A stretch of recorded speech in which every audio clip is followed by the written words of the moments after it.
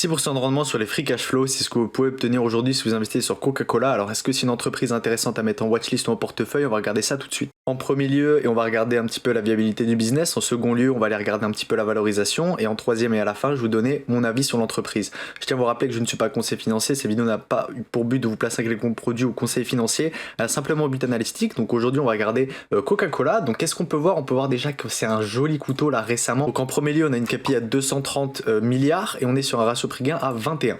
Donc on va aller regarder tout de suite son compte de résultat et voir si est-ce que le revenu total augmente. On voit que le revenu total stagne, voire diminue en à peu près une 5 à 7 ans. On a des coûts de marchandises qui augmentent, on a des dépenses d'exploitation qui, elles, par contre, ont diminué. Donc ça, on va aller regarder un petit peu pourquoi. Est-ce qu'il faudrait savoir aussi si la rémunération en stock option, est-ce qu'elle a augmenté entre-temps ou pas, ou est-ce que les dépenses d'exploitation ont baissé de manière succincte au fait que le revenu total est baissé, ou est-ce que seulement aujourd'hui, parce que vous voyez que par rapport à 41 et 42 aujourd'hui, on a des dépenses d'exploitation plus faibles. On va aller questionner le revenu net et donc le mettre en parallèle avec les free cash flow.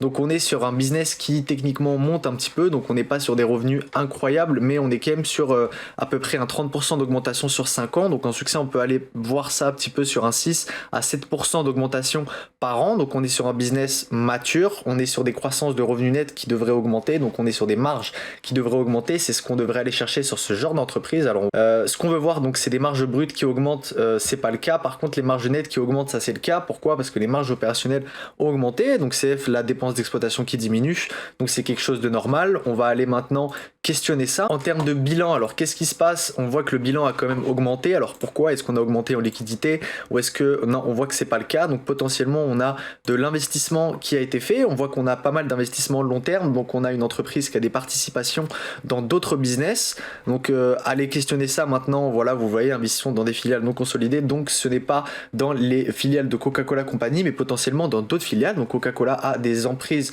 comme pourrait l'être Tencent par exemple, avec des participations minoritaires sur certains business. On va les questionner un petit peu en termes d'usines. Est-ce que ça a augmenté ou pas? On voit que les usines augmentent et baissent de manière succincte, donc il y a de la dépréciation, de l'augmentation. On va aller questionner ça aussi, donc à peu près on est sur combien en termes d'immobilisation? Donc on est à peu près sur un 10% et on va aller taper la dépréciation. On va aller chercher la dépréciation et l'amortissement et voir à peu près. Donc là, on voit qu'on a un capex effectivement qui était assez important en 2016 jusqu'en 2019 et qui maintenant ne l'est plus, en tout cas en 2020, étant donné qu'on a laissé la dépréciation devenir plus grosse que le capex. Donc on avait potentiellement pas d'intérêt à aller rouvrir de nouvelles usines, continuer à produire dans certains endroits si la demande est arrêtée. Donc on voit qu'effectivement le capex est lié à la demande, qui est extrêmement lié à la consommation dans le monde, étant donné que Coca-Cola c'est quand même une des plus grosses filiales. Maintenant on va aller regarder un petit peu sa valorisation. Donc en termes de PER, donc son normal PE est à peu près à 24, donc en soi on est sur une baisse parce qu'aujourd'hui on est sur un PER par rapport au free cash flow. Donc je vais plutôt vous le mettre avec les ajustés d'operating earning, on est sur un PER à 20. Donc à combien on irait chercher l'entreprise et voir à combien est-ce qu'elle irait nous intéresser. Donc potentiellement sur un PER à 20 ça pourrait être une entreprise intéressante. On le voit sur certaines entreprises qui gardent toujours de la croissance, étant donné que Coca n'en a plus et qu'on est sur une entreprise assez mature. Je dirais qu'en termes de valorisation, vous voyez que son normal PE il est à 21 à ce niveau-là, et là on est à peu près sur un prix qui sera à 57, donc aujourd'hui on serait bien valorisé. On chercherait à peu près une valeur à 17 fois les bénéfices, donc on va aller regarder. Donc je vous l'ai montré par rapport au free cash flow qui était bien plus bas et un petit peu plus tranchant que ce que pourrait être les net income, étant donné que voilà, le free cash flow c'est quand même ce qui te reste dans la poche aujourd'hui. Donc on voit qu'en termes de valeur par rapport au free cash flow c'est un petit peu plus grand, donc on va plutôt aller chercher là je pense un PER au niveau des 20. Donc on va aller regarder un petit peu à quelle valeur aujourd'hui ça pourrait nous intéresser. Donc on sera à peu près sur 43, donc à partir de 43 $ pourrait peut-être vous intéresser aujourd'hui à Coca-Cola, étant donné que c'est un business quand même assez mature. On va aller regarder ici, donc qu'est-ce qui va augmenter le plus. Donc je l'avais vu là, voilà, margin analyst, donc il nous montre voilà le gap qu'il y a entre les marges qu'on va aller récupérer en marge nette. Donc qu'est-ce qui se passe, pourquoi est-ce qu'on a des marges qui peuvent baisser? Donc on voit que la currency c'est ça qui va nous faire baisser. Ensuite l'augmentation des prix, on voit que c'est ça aussi qui va nous faire augmenter. Donc on a une augmentation des prix 2 fois plus importante qui pourrait être donc les currency, et ensuite les acquisitions par rapport aux structures de Coca-Cola. Donc on va parler un petit peu des business dont elle a des participations minoritaires, ou sinon de l'investissement tel qu'il pourrait y avoir dans Fanta, tel qu'il pourrait y avoir dans Sprite, etc., ou dans les nouvelles boissons de ce type là. Maintenant voilà, vous voyez, comparé à 2023 en year to day on était à 59 et aujourd'hui on pourrait s'établir plutôt à 60.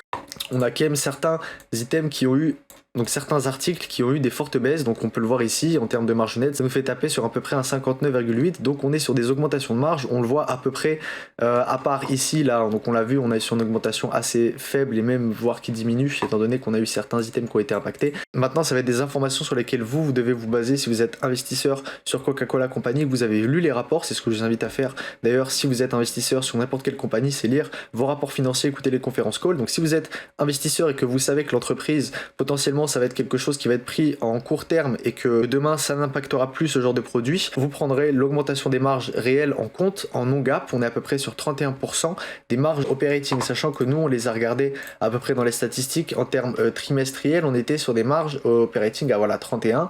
Donc on est quand même sur des belles augmentations, étant donné qu'on a pu avoir des 17, des 14, des 20 qu'on a pu obtenir plutôt dans les périodes Covid, étant donné qu'on avait moindre investissement. Maintenant, les rendements au capitaux propres, vous voyez qu'ils sont de plus en plus importants, et le rendement du capital investi, effectivement, qui lui aussi est de plus en plus important, étant donné qu'à un moment, l'entreprise était beaucoup plus considérée comme une vache à lait. Aujourd'hui, elle commence à prendre des participations minoritaires dans d'autres entreprises et dans d'autres bilans. Donc ça, c'est quelque chose à aller regarder aussi, potentiellement pour faire de la croissance externe, parce que la croissance interne va être forcément assez faible. Donc aujourd'hui, vous avez un rendement de 6% sur les bénéfices nets et non sur le free cash flow. Donc est-ce que c'est une entreprise intéressante?